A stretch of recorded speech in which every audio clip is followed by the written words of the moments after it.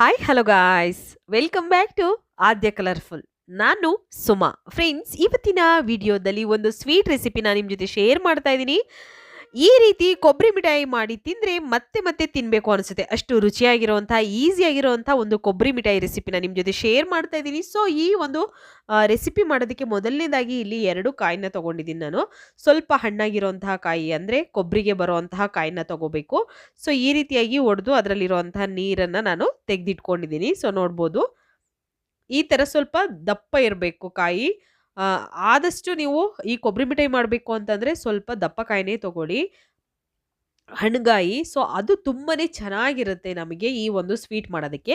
So friends, ನೀವ್ಯಾರಾದ್ರೂ first time ನನ್ನ ಚಾನಲ್ಗೆ visit ಮಾಡಿದರೆ ಪ್ಲೀಸ್ ನನ್ನ ಚಾನಲ್ನ ಸಬ್ಸ್ಕ್ರೈಬ್ ಮಾಡ್ಕೊಳ್ಳಿ, ಹಾಗೆ ಲೈಕ್ ಮಾಡಿ, ಮತ್ತು ಹೆಚ್ಚೆಚ್ಚು ನಿಮ್ಮ ಫ್ರೆಂಡ್ಸ್ ಗ್ರೂಪಲ್ಲಿ ಶೇರ್ ಮಾಡಿ ಫ್ರೆಂಡ್ಸ್. ಓಕೆ, ಇವಾಗ ನೋಡಿ, ನಾನು 2 ಕಾಯಿನ ತೊಗೊಂಡಿದ್ದೀನಿ. ಸೊ 2 ಕಾಯಿನೂ ಕೂಡ ನಾವು ಅದ್ರ ಮೇಲೆ ಈಗ ನೀಟಾಗಿ ಸ್ವಲ್ಪನೂ ಕೂಡ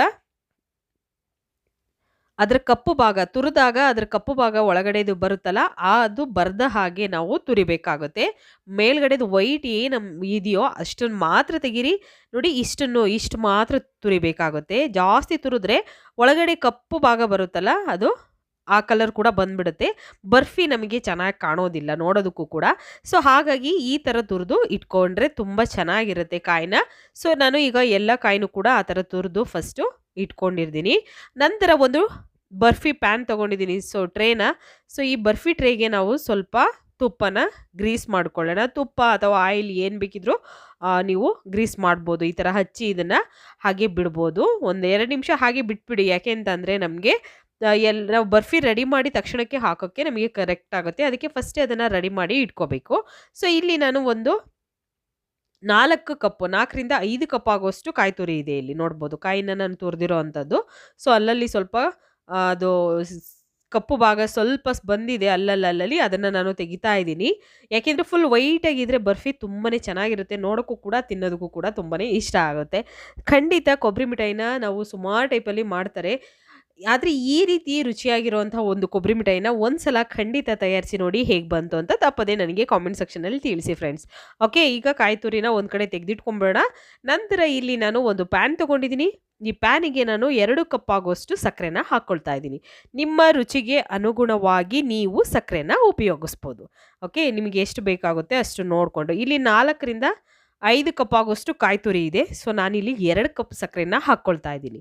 ಓಕೆ, ಇಷ್ಟು ಸಾಕು ಅಂತ ನನಗೆ ಅನ್ನಿಸ್ತು. ಹಾಗಾಗಿ ಇದಕ್ಕಿಂತ ಕಮ್ಮಿ ಮಾಡ್ತೀವಿ ಅಂದರೂ ಖಂಡಿತ 1.5 ಕಪ್ ಆಗೋಷ್ಟು ನೀವು ಸಕ್ಕರೆ ಕೂಡ ಹಾಕ್ಕೊಳ್ಬೋದು. ನಂತರ ಇದಕ್ಕೆ 1 ಕಪ್ ಆಗೋಷ್ಟು ನೀರನ್ನು ಹಾಕ್ಕೊಳ್ತಾ ಇದ್ದೀನಿ ನಾನು. ಒಂದೇ 1 ಕಪ್ ಆಗೋಷ್ಟು ನೀರನ್ನು ಹಾಕಿ ಈಗ ಸಕ್ಕರೆನ ಚೆನ್ನಾಗಿ ಕರಗಿಸ್ಕೊಳ್ಳೋಣ. ಫಸ್ಟು ಸ್ಟವ್ ಮೇಲೆ ಇಟ್ಟಿದ್ದೀನಿ ರೆಡಿ. ಇವಾಗ ನಾನು ಸಕ್ಕರೆ ಎಲ್ಲ ನೀಟಾಗಿ ಕರಗೋದಕ್ಕೆ ನಾವು ಬಿಡಬೇಕಾಗುತ್ತೆ. ನೋಡಿ, ಈ ರೀತಿ ಕೈ ಆಡಿಸ್ತಾ ಇದ್ರೆ ಸಕ್ಕರೆ ಎಲ್ಲ ಕರಗುತ್ತೆ. ತುಂಬಾ ಒಂದು ಅಂಟು ಪಾಕ ಬೇಕು ನಮಗೆ, ಒಂದು ಎಳೆ ಅಂಟು ಪಾಕ ಬೇಕು. ಸೊ ಅಲ್ಲಿವರೆಗೂ ನಾವು ಇದನ್ನು ಕರಗಿಸ್ಕೊಳ್ಳೋಣ ಸಕ್ಕರೆನ. ನಂತರ ಈಗ ಇಲ್ಲಿ ಕಾಯಿ ತುರಿನ ನಾನು ತುರಿದು ಇಟ್ಕೊಂಡಿದ್ದೀನಲ್ವಾ, ಅದನ್ನು ಇವಾಗ ಜಾರ್ಗೆ ಹಾಕ್ಕೊಳ್ಳೋಣ. 1-2 ಸಲ ಹಾಕಿ ಗ್ರೈಂಡ್ ಮಾಡ್ಕೊಳ್ಳಿ. ಒಂದೇ ಸಲಕ್ಕೆ ಆಗೋದಿಲ್ಲ, ಜಾಸ್ತಿ ಇದ್ದರೆ ಸ್ವಲ್ಪ ಇದ್ದರೆ ಒಂದೇ ಸಲ ನೀವು ಹಾಕಿ ಗ್ರೈಂಡ್ ಮಾಡ್ಕೊಬೋದು. ಸೊ ಇವಾಗ ನೋಡಿ, ನಾನು ಮಿಕ್ಸಿ ಜಾರ್ಗೆ ಹಾಕ್ಕೊಂಡಿದ್ದೀನಿ. ಇದನ್ನು ಪೌಡರ್ ಥರ ಮಾಡ್ಕೊಂಬರೋಣ. ನೀರೇನು ಹಾಕಬೇಡಿ, ಹಾಗೆ ಇದನ್ನು ನಾವು ಗ್ರೈಂಡ್ ಮಾಡಬೇಕು. ನೋಡಿ, ಇಷ್ಟು ಹಾಕ್ಕೊಂಡಿದ್ದೀನಿ. ಇಷ್ಟನ್ನು ಇವಾಗ ನಾನು ಗ್ರೈಂಡ್ ಮಾಡ್ಕೊಂಬರ್ತೀನಿ. 1-2 ನಿಮಿಷ ಸಾಕಾಗುತ್ತೆ. ಜಾಸ್ತಿ ನುಣ್ಣಗೆ ಮಾಡಬಾರ್ದು, ಇದನ್ನು ಸ್ವಲ್ಪ ತರಿಯಾಗಿರಬೇಕು ನಮಗೆ. ನೋಡಿ, ಈ ರೀತಿ ಇದ್ದರೆ ಸಾಕು. ಏನಾದರೂ ಸ್ವಲ್ಪ ಕಾಯಿ ತುರಿದಾಗ ಹಳಿ ಏನಾದರೂ ಬಿದ್ದಿದ್ರು ಕೂಡ ಈ ರೀತಿ ಪೌಡರ್ ಥರ ಆಗಿಬಿಡುತ್ತೆ. ಆವಾಗ ಚೆನ್ನಾಗಿರುತ್ತೆ ನಮಗೂ ಕೂಡ. ಅದು ಬರ್ಫಿಲಿ ತುಂಬಾ ಒಂದು ಒಳ್ಳೆ ಲುಕ್ ಕೊಡುತ್ತೆ. ಯಾಕೆಂದರೆ ಅಲ್ಲಲ್ಲಿ ನಮಗೆ ಪೀಸ್ಗಳ ಥರ ಸಿಗ್ತಾ ಇದ್ದರೆ ಅದು ಅಷ್ಟು ಚೆನ್ನಾಗಿ ಬರೋದಿಲ್ಲ. ಹಾಗಾಗಿ ನಂತರ ನೋಡಿ, ನಾನು ಒಂದು ತಟ್ಟೆಗೆ ಹಾಕ್ಕೊಳ್ತಾ ಇದ್ದೀನಿ. ಪೌಡರ್ ಮಾಡಿರುವಂತಹ ಒಂದು ಕಾಯಿ ತುರಿನ ಹಾಕ್ಕೊಂಡಿದ್ದೀನಿ. ಸೊ ಸಕ್ಕರೆ ಪಾಕ ನೋಡ್ಬೋದು ಎಷ್ಟು ಚೆನ್ನಾಗಿ ಬಂದಿದೆ ಅಂತ. ಇಲ್ಲಿ ಚೆನ್ನಾಗಿ ಕುದೀತಾ ಇದೆ ಕೂಡ. ಈಗ ನಾನು ಇದು ಒಂದೇಳೆ ಪಾಕ ಬಂದಿದೆಯಾ ಇಲ್ವಾ ಅಂತ ಫಸ್ಟು ಚೆಕ್ ಮಾಡ್ಕೊಂಬಿಡೋಣ. ನಮಗೆ ಒಂದೇಳೆ ಪಾಕ ಬೇಕಾಗುತ್ತೆ ಇಲ್ಲಿ. ನೋಡಿ, ಇವಾಗ ಈ ಥರ ಬಬಲ್ಸ್ ಬರ್ತಾ ಇರಬೇಕು, ಆವಾಗ ಕರೆಕ್ಟಾಗಿ ಪಾಕ ಆಗಿದೆ ಅಂತ ಅಲ್ಲಿಗೆ ನಮಗೆ ಗೊತ್ತಾಗುತ್ತೆ. ಸೊ ನೋಡಿ, ಈ ಥರ ನೋಡಿ, ಒಂದೇಳೆ ಎಷ್ಟು ಚೆನ್ನಾಗಿ ಬರ್ತಾ ಇದೆಯಲ್ಲ. ನೋಡಿ, ಈ ಥರ ಬರಬೇಕು. ಇವಾಗ ಕರೆಕ್ಟಾಗಿದೆ. ನಾವು ಆಫ್ ಮಾಡೋ ಅಷ್ಟೊತ್ತಿಗೆ ನಮಗೆ ಒಂದು ಪಾಕ ನಮಗೆ ಹೇಗೆ ಬೇಕೋ ಅದು ಕರೆಕ್ಟಾಗಿ ಬಂದಿರುತ್ತೆ. ಸೊ ಈಗ ತಕ್ಷಣಕ್ಕೆ ಸ್ಟವ್ನ ನಾವು ಲೋ ಫ್ಲೇಮ್ ಮಾಡಿಬಿಡಬೇಕು. ಲೋ ಫ್ಲೇಮ್ ಮಾಡಿ ತಕ್ಷಣಕ್ಕೆ ನಾವು ಇದಕ್ಕೆ ಕಾಯಿ ತುರಿನ ಹಾಕ್ಕೊಳ್ಬೇಕಾಗುತ್ತೆ. ಇದಕ್ಕೆ ಸ್ವಲ್ಪ ಹಾಲನ್ನು ಹಾಕ್ಕೊಳ್ತಾ ಇದ್ದೀನಿ ನಾನು. ಒಂದು 3 ಟೇಬಲ್ ಸ್ಪೂನ್ ಆಗುವಷ್ಟು ಹಾಲನ್ನು ಹಾಕಿ ನೀವು ಈ ಪಾಕಕ್ಕೆ ಮಿಕ್ಸ್ ಮಾಡಿದ್ರೆ ಖಂಡಿತ ಈ ಬರ್ಫಿ ಅಂತೂ ಸೂಪರ್ ಆಗಿರುತ್ತೆ ಟೇಸ್ಟ್ ಅಂತೂ. ನೋಡಿ ಆ ಥರ ಅಂಟು ಪಾಕ ಬಂದ ತಕ್ಷಣನೇ ನೀವು ಹಾಲು ಹಾಕಲ್ಲ ಅಂದರೆ ಕಾಯಿ ತುರಿನ ಹಾಕ್ಬಿಡಿ. ಅಕಸ್ಮಾತ್ ಹಾಲು ಹಾಕ್ತೀವಿ ಅಂದರೆ ಖಂಡಿತ ನೀವು ಅವಾಗಲೇ ತಕ್ಷಣಕ್ಕೆ ಹಾಲು ಹಾಕಬೇಕು. ಹಾಲು ಹಾಕಿ ಒಂದು 2 ಸೆಕೆಂಡ್ಸು ಮತ್ತೆ ಅದನ್ನು ಕುದಿಸ್ಕೊಳ್ಳೋಣ ನಾವು. ನೋಡಿ ಈ ಥರ ಚೆನ್ನಾಗಿ ಕುದಿ ಬರಬೇಕು. ಕುದಿ ಬಂದ ನಂತರ ಇವಾಗ ಕಾಯಿ ತುರಿನ ತಗೊಳ್ಳೋಣ. ಕಾಯಿ ತುರಿನ ತೆಗೆದು ಇವಾಗ ನಾವು ಇದಕ್ಕೆ ಹಾಕ್ಕೊಳ್ಳೋಣ. ನೋಡಿ ಕಾಯಿ ತುರಿನ ಹಾಕ್ಕೊಳ್ತಾ ಇದ್ದೀನಿ ನಾನು. ಈಗ ಸ್ವಲ್ಪ ಸ್ವಲ್ಪನೇ ನೋಡಿಕೊಂಡು ಹಾಕ್ಕೊಳ್ಳಿ. ಈ ರೀತಿಯಾಗಿ ಕಾಯಿ ತುರಿನ ಎಲ್ಲ ಕಾಯಿ ತುರಿನೂ ಕೂಡ ಒಂದ್ಸಲ ಹಾಕ್ಕೊಳ್ತಾ ಇದ್ದೀನಿ ನಾನು. ಒಂದೇ ಸಲನೇ ಹಾಕ್ಕೊಳ್ತಾ ಇದ್ದೀನಿ. ಇಷ್ಟನ್ನು ಹಾಕಿ ಮಿಕ್ಸ್ ಮಾಡ್ಕೊಳ್ಳೋಣ. ಸ್ಟವ್ನ ಲೋ ಫ್ಲೇಮಲ್ಲೇ ಇಟ್ಕೊಳ್ಳಿ ಫ್ರೆಂಡ್ಸ್. ಹೈ ಫ್ಲೇಮ್ ಅಂತೂ ದಯವಿಟ್ಟು ಮಾಡೋಕ್ಕೆ ಹೋಗಬೇಡಿ. ನೋಡಿ ಈ ರೀತಿ ಚೆನ್ನಾಗಿ ಮಿಕ್ಸ್ ಮಾಡ್ಕೊಳ್ಳೋಣ. ಪಾಕ ಮತ್ತು ಕಾಯಿ ತುರಿ ಎರಡೂ ಕೂಡ ಚೆನ್ನಾಗಿ ಮಿಕ್ಸ್ ಆಗಬೇಕು. ನೀವು ಇದನ್ನು ಕೊಬ್ಬರಿಯಲ್ಲೂ ಕೂಡ ಮಾಡ್ಬೋದು ಬೇಕು ಅಂತ ಅಂದರೆ. ಬಟ್ ಕೊಬ್ಬರಿಗಿಂತ ಕಾಯಿ ಬರ್ಫಿನೇ ಸೂಪರ್ ಆಗಿರುತ್ತೆ. ನಾವು ಕಾಯಿ ಮಿಠಾಯಿ ತುಂಬ ಚೆನ್ನಾಗಿರುತ್ತೆ. ಒಂದ್ಸಲ ಖಂಡಿತ ಈ ಥರ ರುಚಿಯಾಗಿರುವಂಥ ಒಂದು ಕೊಬ್ಬರಿ ಮಿಠಾಯಿನ ಒಂದ್ಸಲ ಮಾಡಿ ನೋಡಿ, ನಿಮಗೆ ತುಂಬಾ ಇಷ್ಟ ಆಗುತ್ತೆ. ಇವಾಗ ನೋಡಿ ಇದರಲ್ಲಿ ನೀರಿನ ಅಂಶ ಸ್ವಲ್ಪ ಇರುತ್ತಲ್ವ, ಸೊ ಅದು ಹೋಗಬೇಕು.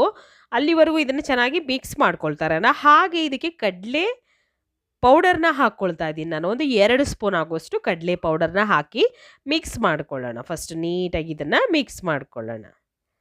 ನೋಡಿ ಈ ರೀತಿ ಮಿಕ್ಸ್ ಮಾಡಿಕೊಂಡ್ರೆ ಖಂಡಿತ ಕಡಲೆ ಪುಡಿನ ಹಾಕಿದ್ರೆ ಟೇಸ್ಟು ಸೂಪರಾಗಿರುತ್ತೆ. ಈ ರೀತಿಯಲ್ಲಿ ಒಂದ್ಸಲ ನೀವು ಮನೆಯಲ್ಲಿ ಕೊಬ್ಬರಿ ಮಿಠಾಯಿನ ತಯಾರಿಸಿ ನೋಡಿ. ಮತ್ತೆ ಮತ್ತೆ ನಿಮ್ಗೆ ತಿನ್ನಿಸ್ಬೇಕು ಅನಿಸುತ್ತೆ. ಅಷ್ಟು ಚೆನ್ನಾಗಿರುತ್ತೆ ಈ ಒಂದು ರೆಸಿಪಿ. ಸೊ ಮಕ್ಕಳಿಗಂತೂ ತುಂಬಾ ಇಷ್ಟ ಆಗುತ್ತೆ. ನೀವು ಒಂದ್ಸಲ ಇದನ್ನು ರೆಡಿ ಮಾಡಿ ಇಟ್ಕೊಂಡು ಬೇಕಿದ್ರೆ ಇದನ್ನು 1 ತಿಂಗಳು 2 ತಿಂಗಳವರೆಗೂ ಕೂಡ ಸ್ಟೋರ್ ಮಾಡಿ ಇಡ್ಬೋದು. ಏನೂ ತೊಂದರೆ ಇರಲ್ಲ. ತುಂಬ ಚೆನ್ನಾಗಿ ನೀಟಾಗಿ ಬೇಯಿಸಬೇಕು ಮೇನ್ ಅಷ್ಟೇ. ಸೊ ಬೇಯಿಸೋ ವಿಧಾನ ಕೂಡ ನಾನು ತಿಳಿಸ್ಕೊಡ್ತೀನಿ. ಅದು ಕೆಡೋದಿಲ್ಲ. ನೀವು 1 ತಿಂಗಳು 2 ತಿಂಗಳು ಇಟ್ಕೊಂಡ್ರೂ ಕೆಡೋದಿಲ್ಲ. ಆ ರೀತಿಯಾಗಿ ನೀವು ಈ ಬರ್ಫಿನ ಮಾಡಬಹುದು. ನೋಡಿ ಈಗ ಆಗಿದೆ ಕರೆಕ್ಟಾಗಿ. ಸ್ವಲ್ಪನೂ ನೀರಿನ ಅಂಶ ಇರಬಾರ್ದು. ಆಗ ಸ್ವಲ್ಪ ಡ್ರೈ ಆಗ್ತಾ ಇರುತ್ತೆ, ನಮಗೆ ಪ್ಯಾನ್ ಬಿಡ್ತಾ ಇರುತ್ತಲ್ಲ, ಆಗ ಕರೆಕ್ಟಾಗಿ ಆಗಿದೆ ಅಂತ. ಸೊ ಇವಾಗ ಒಂದು ಟ್ರೇಗೆ ಹಾಕ್ಕೊಳ್ತಾ ಇದ್ದೀನಿ. ನೋಡಿ ತುಪ್ಪ ಗ್ರೀಸ್ ಮಾಡಿ ಇಟ್ಟಿದ್ವಲ್ಲ ನಾವು, ಆ ಒಂದು ಟ್ರೇಗೆ ಹಾಕ್ಕೊಳ್ತಾ ಇದ್ದೀನಿ ಈಗ.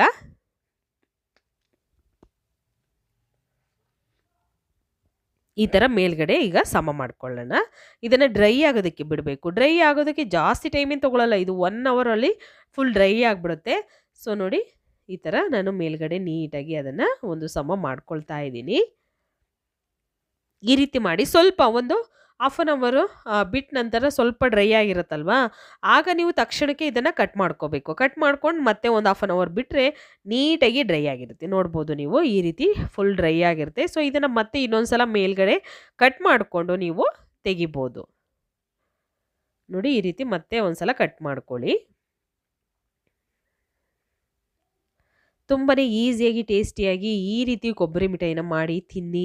ಮತ್ತೆ ಮತ್ತೆ ನಿಮಗೆ ತಿನ್ನಬೇಕು ಅನಿಸುತ್ತೆ. ಅಷ್ಟು ಚೆನ್ನಾಗಿರುವಂತಹ ಒಂದು ಕಾಯಿ ಬರ್ಫಿ ರೆಸಿಪಿನ ನಿಮ್ಮ ಜೊತೆ ಶೇರ್ ಮಾಡಿದ್ದೀನಿ ಫ್ರೆಂಡ್ಸ್. ಖಂಡಿತ ಈ ಕೋಕೋನಟ್ ಬರ್ಫಿ ನಿಮಗೆ ಇಷ್ಟ ಆಗಿದ್ರೆ ಪ್ಲೀಸ್ ಚಾನಲ್ನ ಸಬ್ಸ್ಕ್ರೈಬ್ ಮಾಡ್ಕೊಳ್ಳಿ. ಹಾಗೆ ಲೈಕ್ ಮಾಡಿ ಮತ್ತು ಹೆಚ್ಚೆಚ್ಚು ಶೇರ್ ಮಾಡಿ.